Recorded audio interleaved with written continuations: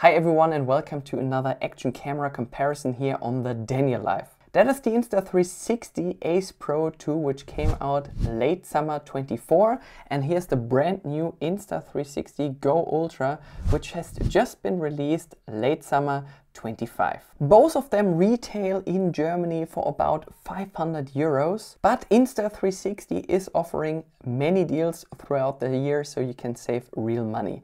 Let's get started. Let's start with the specs of the Insta360 Ace Pro 2. So in terms of size, this camera here measures 72 x 52 x 38 millimeters. It weighs 177 grams, has a 1/1.3 inch camera sensor, a Leica lens, and there is no internal storage here in this camera, so you have to get a micro SD card. However, they're not that expensive. Here's my recommendation for a micro SD card, and with this micro SD card I can capture 4K footage for more than 10 hours using this action camera. You can dive down to 12 meters, and if you use the extra Insta360 underwater housing, down to 60 meters. There's only one color available, but you can change the battery, which has at the moment an 1800 milliampere battery. So I would suggest anyways to have two batteries at the same time. And if you don't want to carry a second battery, get a power bank like this one here, which allows you to fast charge this camera here within half an hour. You have that large screen, and you have an additional screen here at the front,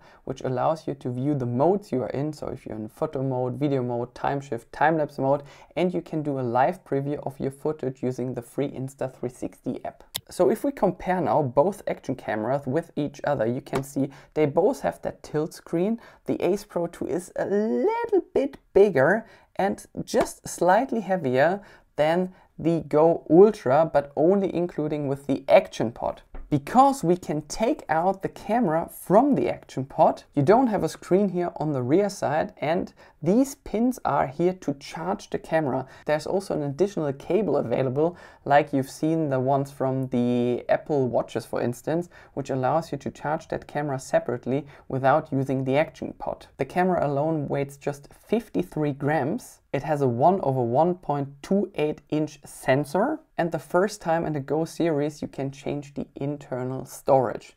So on the Go 3S you only had to choose the kind of memory you want to get before buying actually the camera, and in here you can change now actually the memory card.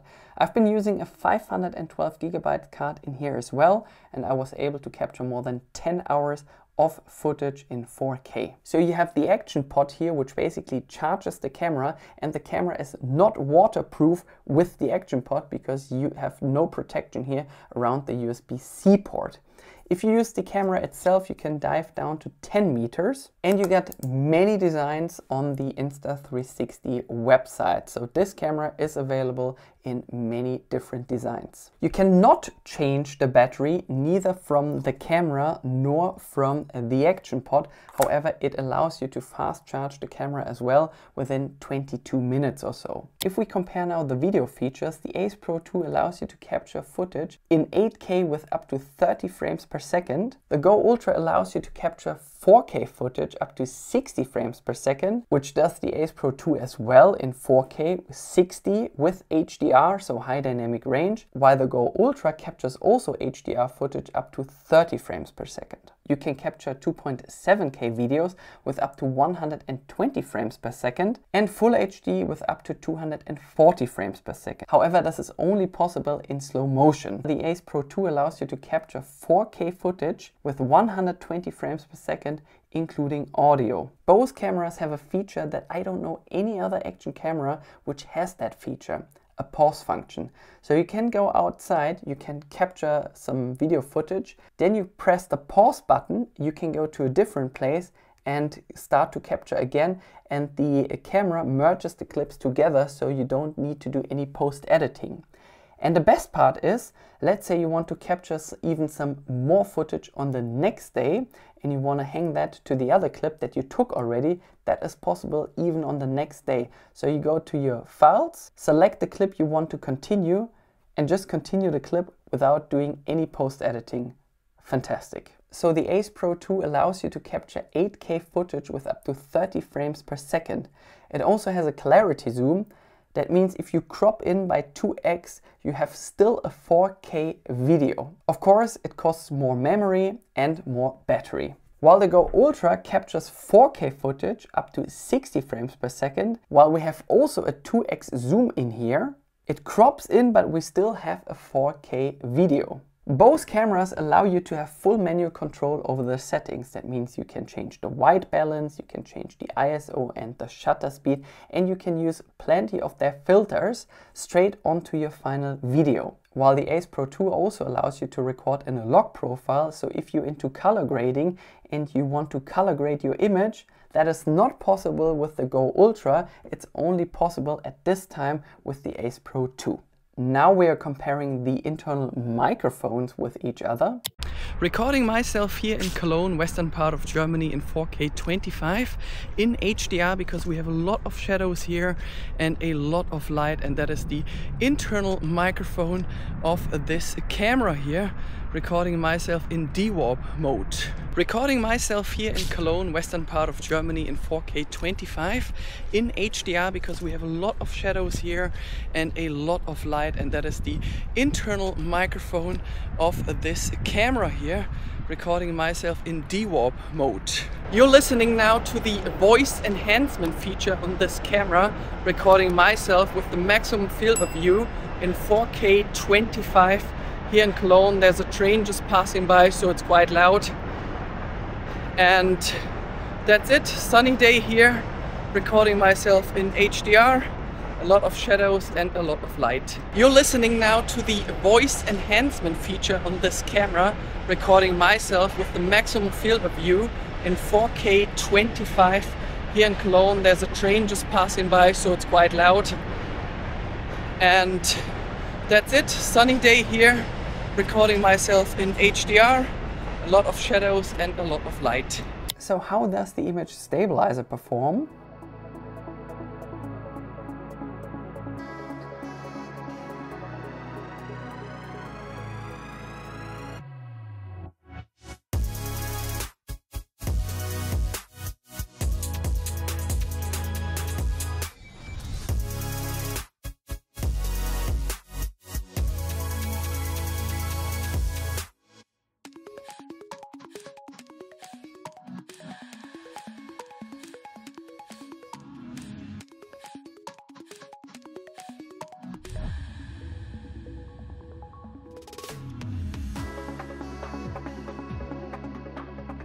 And for the first time you'll be able to connect an external microphone to your Go series. So you can, for instance, connect the DJI Mic Mini or the Insta360 Mic Air. And that has also been possible using the Ace Pro 2, and you can connect also your Apple AirPods to both of these cameras. Then we got PureVideo here on both cameras. That is the low light mode of Insta360. In that mode you can capture in 24, 25 or 30 frames per second. Why in these frame rates? Because the camera needs to take a certain amount of shutter speed in order to expose correctly. And if we're taking, for instance, a 4K clip with 100 frames per second, the correct shutter speed needs to be at a 200th of a second. So if we minimize that to 4K 30, for instance, the maximum shutter speed would be a 60th of a second. That means it gives you a better low light performance because we're exposing the image for a longer time. And how this looks like in real life, let's see. Then we come to photo mode. Ace Pro 2 allows you to capture photos with up to 50 megapixels in JPEG as well as in RAW. If we change the ratio to 16:9, we can take photos with up to 37 megapixels. Same applies to the Go Ultra. We can capture here also 50 megapixel photos in JPEG plus RAW, and the same applies for the ratio 16:9, still 37 megapixels. However, we can take a live photo using the Go Ultra, which is not possible using the Ace Pro 2. Maximum resolution 12.5 megapixels, 3 seconds long. It's bigger than a GIF and smaller than a video. And we have also a timer function on both of these cameras. So if we want to set up the camera somewhere with a great background, for instance, on a tripod, we can set a timer 10 seconds and we can be on the same photo. Then we have also a time-lapse feature on both cameras. However, the Ace Pro 2 allows you to take a time-lapse in 8K with 30 frames per second. You can set the duration, you can set the interval, and in general, I would say if something happens really quick, you take a short interval. If something takes really long, you take a long interval. The main difference between those two cameras when it comes to time-lapse is we can choose if we want to export that video in 8K or 4K on the Ace Pro 2, while we have only 4K here available on the Go Ultra. The downside of both cameras is, when it comes to time-lapse, that we have only a fixed frame per second. So we cannot export that video in 8K or 4K with 25 or 30 frames per second. We are stuck at 30 frames per second. That is a super nice feature if you don't want to set up a big camera on a tripod, for instance, for sunrise, sunset, or for moving stars, for instance. Then we have TimeShift on both cameras. That is a stabilized video without any audio. The cool thing is, if you press that little icon on the lower left side on the camera, you can revert to real-time recording that video with audio. And then you can re-accelerate the video if you tap on the same icon again. In post, using the free Insta360 app, you can accelerate the video with the desired speed. Then we come to some features that only the Ace Pro 2 has, for instance, a dashcam mode. I mean, that is only software, and it could be that the Go Ultra will have that feature in the near future as well, but for the time being, the Ace Pro 2 has that feature only. That means you can set up this camera using a suction cup to your car, you can connect it via USB to your car, and then you get a timestamp. Then of course you get a longer battery life here on the Ace Pro 2, and you can change the battery. So you can get a spare battery and you can change it anytime. Of course we are in 25 and you can fast charge both cameras using USB-C, for instance here on this great looking power bank, which you can find in the video description. While we have also some additional features here on the Go Ultra, which we don't have on the Ace Pro 2. For instance, we can pair that with our Apple phone or the iPad or our MacBook using the Find Me app. And anytime you're not sure where the camera is, you can make it bing using the Find Me app. And the Ace Pro 2 does not have Apple Find Me. Then obviously if you take out this camera, which weighs only 53 grams, you can basically mount it everywhere. You can have a mount for your cat or your dog, for instance. You can really easily set it up to your head, so you have both hands available for something else. Then you can set it up to your chest or, for instance, your bicycle. It's much smaller and it's super nice to carry actually, this camera, but you don't have any screen here on the rear side. However, you can pair it also using your phone, and with the Insta360 app, you have also a live preview of what you're doing. You cannot record in a log profile in August 25.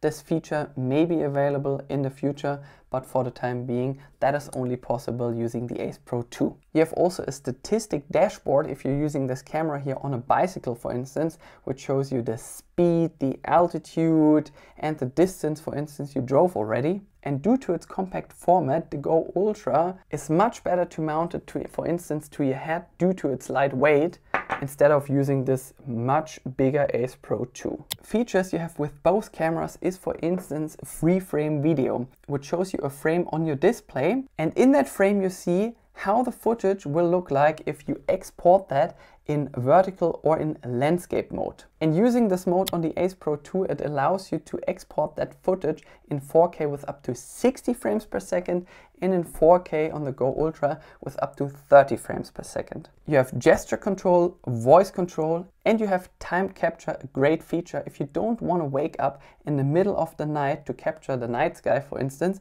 you can set a timed capture on both cameras, set it up on a tripod, for instance, and tell the camera to wake up at 1 o'clock in the morning, take a star lapse, for instance, and shut down after 2 hours, and on the next day you turn on your camera and then the camera took a nice star lapse video, for instance, for you, or a normal video, or whatever you told the camera to do at a specific time. Great. What I really like is now that we can pair both cameras using an external microphone to get better audio. Let's summarize. The Ace Pro 2 feels a bit more robust. So if you do really hard work with a camera and you really need a durable camera where you can use, for instance, also an ND filter on, I would go with the Ace Pro 2. It captures 8K video with up to 30 frames per second, 4K with up to 120 frames per second with audio, or slow motion videos in 4K with up to 120 frames per second, 50 megapixel photos.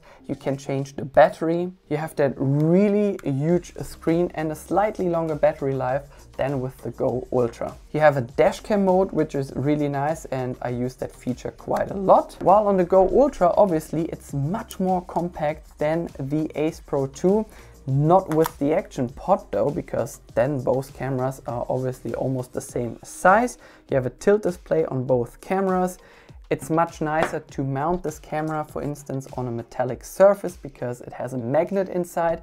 You can also charge the Go Ultra using an additional cable, as I said. It captures 4K with up to 60 frames per second and 4K in HDR with 30 frames per second. You can take slow motion clips in 2.7K with up to 120 frames per second and 1080p with up to 240 frames per second. It has no dashcam feature and it has a 2x zoom, which still allows you to take 4K videos. So I'm now happy to hear your thoughts about these cameras, and if you think that this video was useful to you, you can actively support my channel by buying one of these cameras using the link provided in the video description.